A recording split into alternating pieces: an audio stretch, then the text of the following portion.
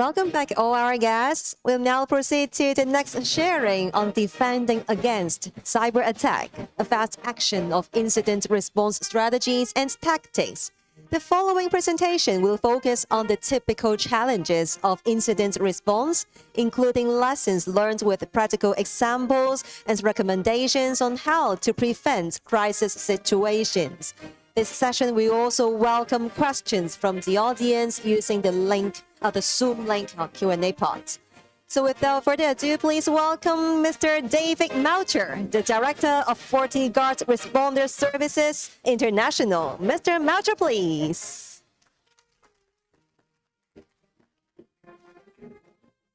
Thank you very much. Good afternoon. Before I start with my presentation, I'd like to express our big thanks. So let's give them a quick round of applause, please. Thank you. So I'm David. I'm part of a Fortinet Global Incident Response team, and we support customers in crisis situations. Those might be ransomware, phishing, or many, many other attacks, which I will cover in a second. So what we typically see when we get called into a case, something like this. Who has seen this before? Just raise your hands. Okay, let me ask the question different time. Who has a cousin or a sister or knows somebody who saw something like this? Very good. All right. So today we're gonna start with a helicopter view. I'm gonna share with you some threat information from our FortiGuard team. We have some incident use case, so some demonstration of what our team has supported our customers.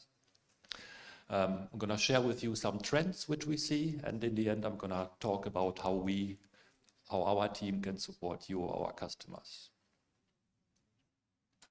And please pay attention. There will be a quiz game in the end with very, very nice prizes, so it's worthy to listen. So you see David on stage, but actually there is an army of people behind me. You don't see them, they are behind my back. This is hundreds of people from the FortiGuard labs, which are creating threat intelligence, which are collecting all the data from our devices worldwide, reverse engineering malware, and doing many, many other things. So this is the team which we work together very closely. One thing which this team is producing is the threat intelligence report, which is released twice per year. It's for free, you can download it, and it's sharing the latest and greatest news of what we see.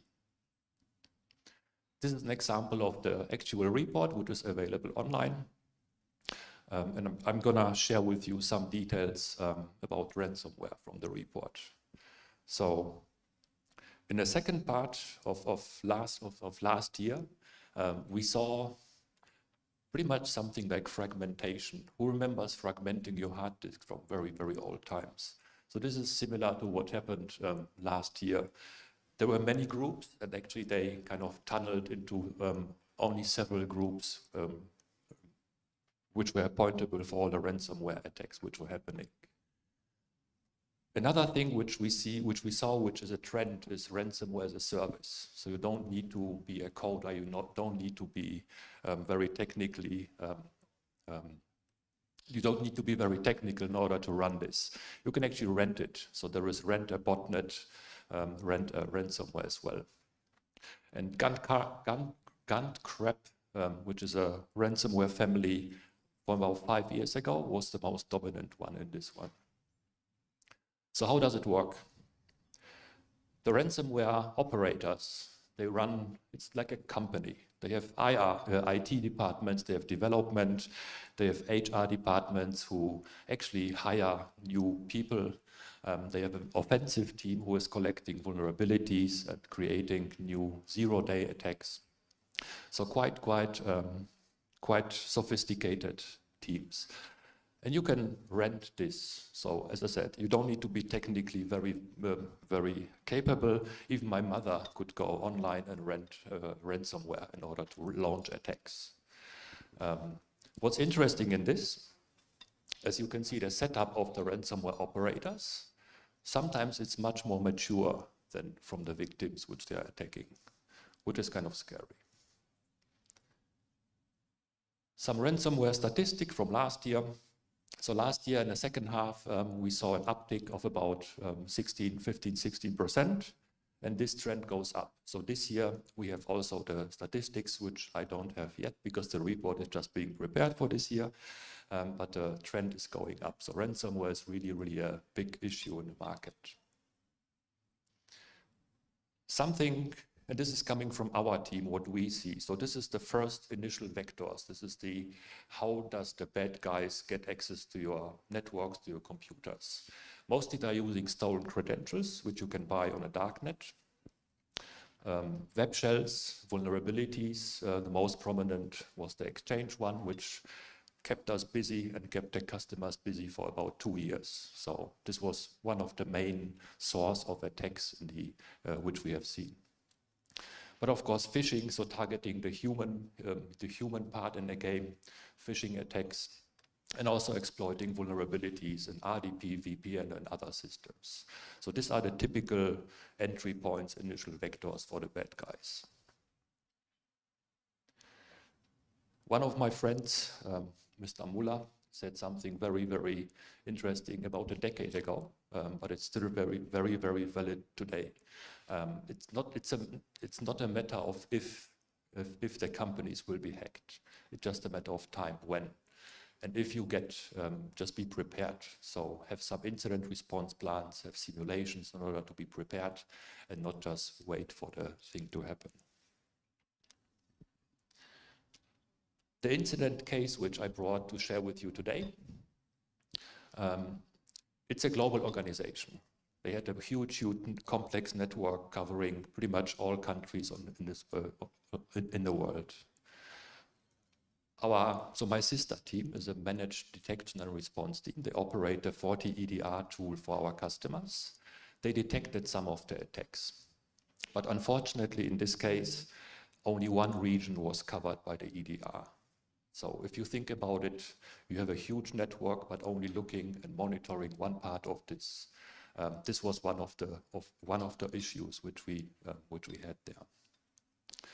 Our analysts have identified malicious activity using the 40 EDR and informed the customer. The customer has hired our incident response team, and we went into a live threat actor situation. So the threat actor was in a network, was doing something, and we were helping the customer to identify and respond to it. I'm going to share with you some of the challenges which happened in this case. So the summary is, summary spans about 10 months,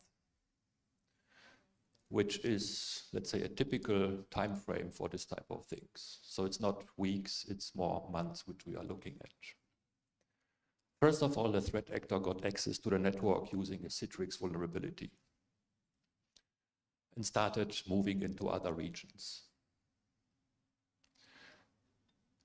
As I mentioned, our team has identified this, the threat actor movement around the network and informed the customer about it.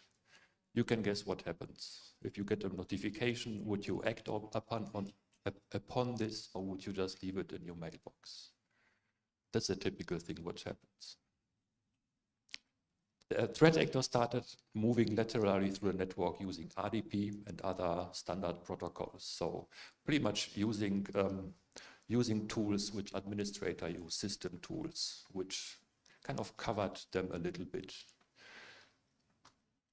They also were using other tools which typically threat actors are using, like Cobalt Strike and others. In this case, the antivirus, the traditional antivirus which was running on a system, failed. So it detected some of this, but it did not detect the backdoors. That's why we always say have something more sophisticated on the systems, like an endpoint detection response.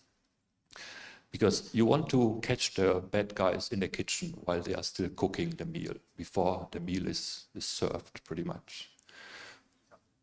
You want to see things like dropping password from memory, creating RDP sessions, collecting data, exfiltrating data, and things like this. And then normal traditional antivirus would not catch this.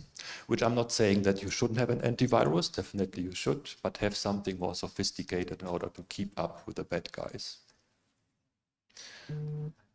So we saw the threat actors continued exfiltrating data, a lot of data. And afterwards, this was one of the issues. The customer started doing remediation without knowing the full extent of the attack. As I mentioned, it was a global network, but only one part of the network was covered with monitoring, with EDR. This is something like, I compare it to human beings, right? We have ears, we have eyes, we have a nose, so we have different sensors.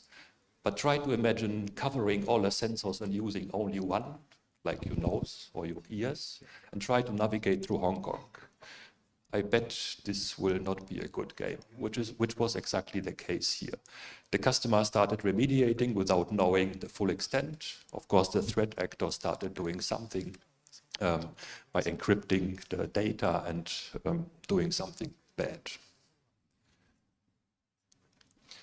So, as a summary, 3 different vectors were used: Cobalt Strike, System BCs, and this type of things. Typical tools for which we see during incidents nowadays. So our team, as mentioned before, advised the customer to first get a full picture of the attack before starting doing something, which is very crucial here. And it took us also a long time to convince the customer that the data has been exfiltrated, to prove them, like, look, your data has left the building already. It was a very complicated issue. So looking at some trends from last year, and this is coming from our incident data, so from our analysis.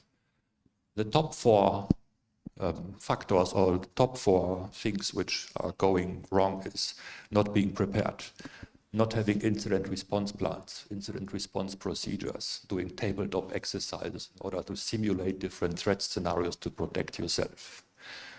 But also lack of visibility logging tools in the network. And patch management, so having vulnerable systems sitting out in the internet, like Exchange servers and things like this. It will definitely contribute to an attack.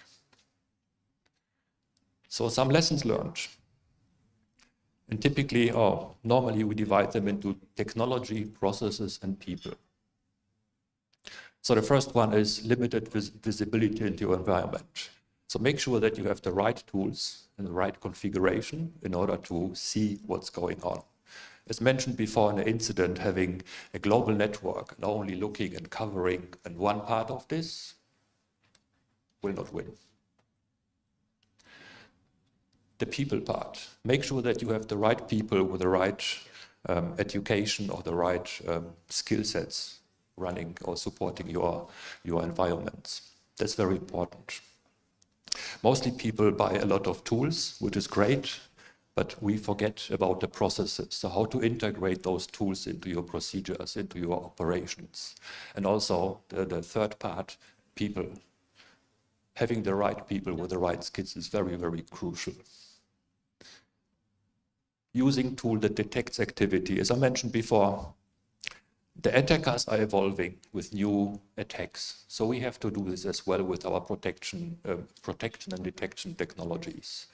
So don't trust a traditional antivirus anymore. It will not help.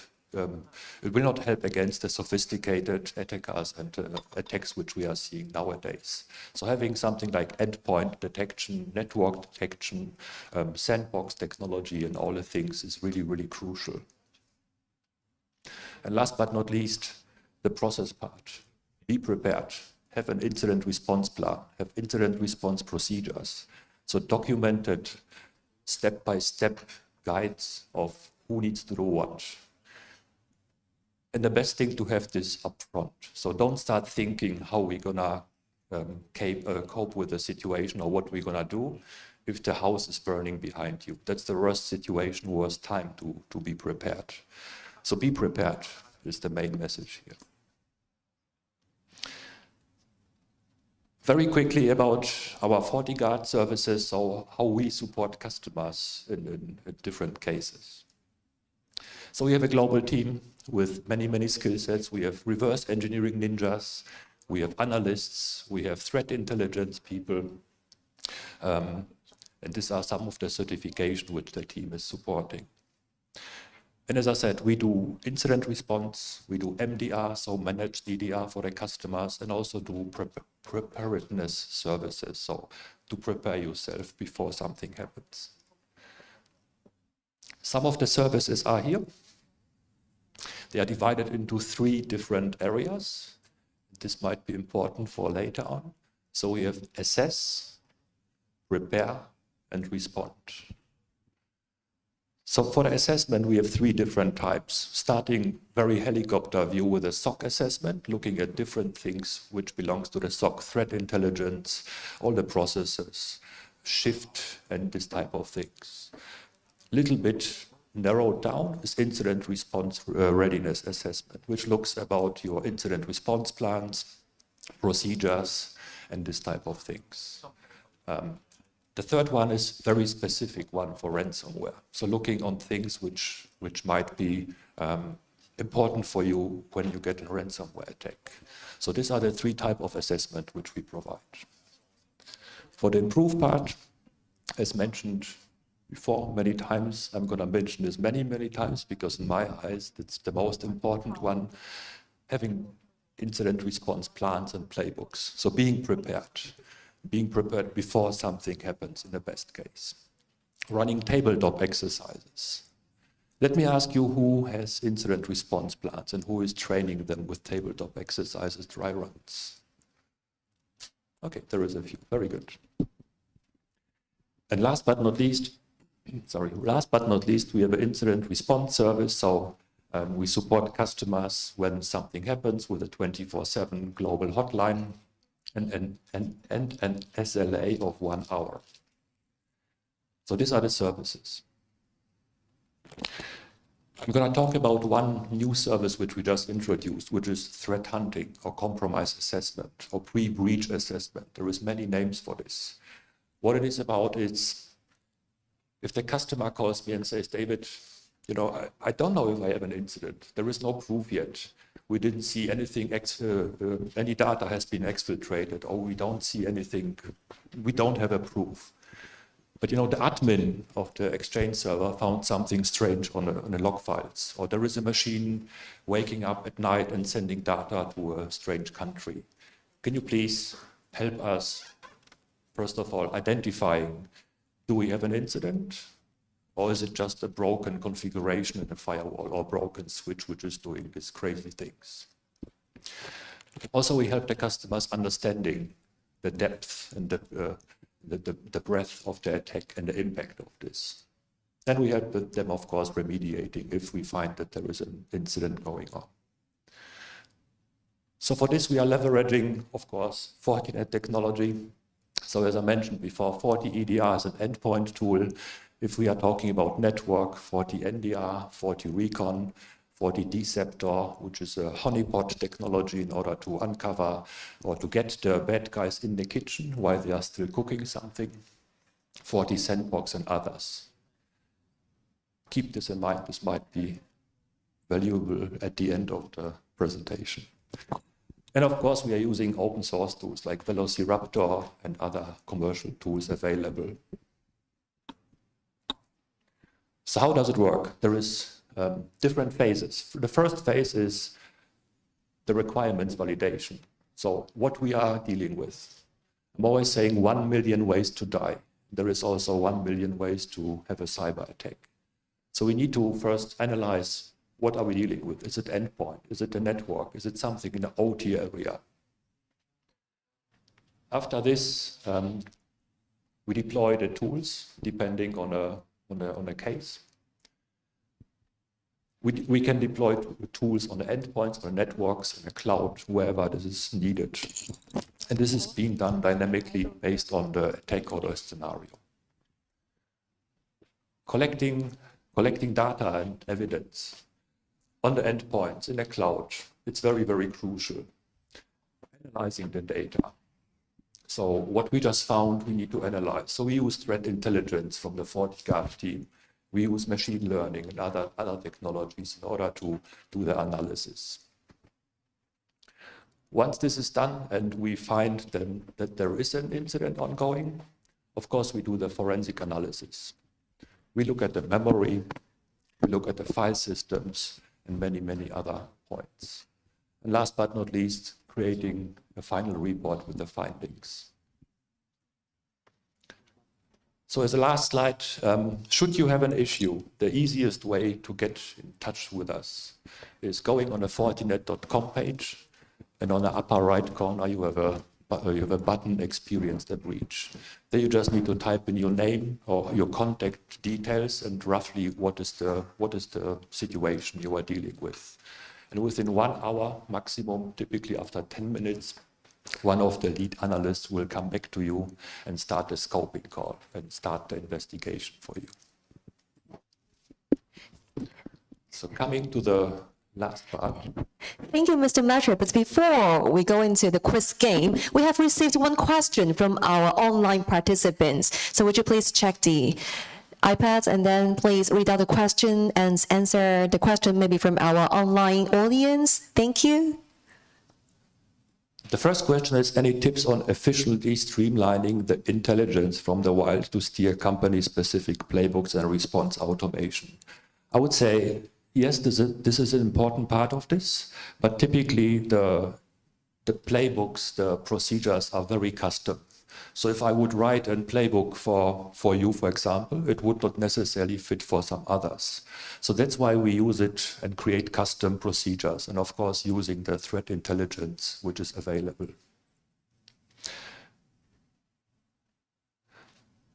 So, okay. So we still have this question 2? The second question is, how does FortiGuard cover supply chain and third-party breaches? Very interesting question, but this would raise the time a little bit too much. So I would ask the sender of the question to contact us offline and then talk about it. Great. Okay. Thank you, Mr. Matre. Would you please remain on stage? I remember there's a slide that is the quiz game. We can't miss it. This time a little bit different. If you know the answer, please raise your hands. We'll see who is the fastest, and then our colleagues will pass you the mic to answer that. If you can answer correctly, wow, Mr. Matre has prepared a gift for you. For question number 1, you have this camping lights. If you want it, please pay attention to the following question. So the first question is... The first question is, what are the 3 major steps of FortiGuard advisory services? Is it A, assess, improve, and respond? Is it B, identify, assess, improve? Or is it C, prepare, prevent, and protect? Oh, here you go. You are the first one. So mic, please. I think it's B. One more chance for you. 50-50 now. So the correct answer is? The question again, is it A, assess, improve, and respond? You answer A. Perfect. A. Yay! Congratulations! Our helper now pass you the gift. Congratulations! So you still have chance. We still have the second question. Wow, this time you have the webcam as the prize of the second question. Are you ready? Let's go! So the second question is, which technologies are leveraged when we do the services for our customers? Is it A, FortiGate, FortiMail, FortiWeb, FortiClient? Or B, FortiRecon, FortiEDR, Deceptor, and Sandbox? Or is it C, FortiAnalyzer, SIEM, and SOAR? I see many hands this time. Shall we count to 3? So you're the judge. Okay, see who's the fastest. Okay, on my count of 3. Ready? 3, 2, 1. Okay, here you go. So the correct answer is B, the FortiRecon, FortiEDR, FortiDeceptor, and FortiSandbox. Thanks for your hint before. Thank you very much. Wow, perfect. Congratulations. The webcam is yours now. Let's give another big round of applause to thank Mr. David Matre for your nice sharing. Thank you. Thank you. And next we're going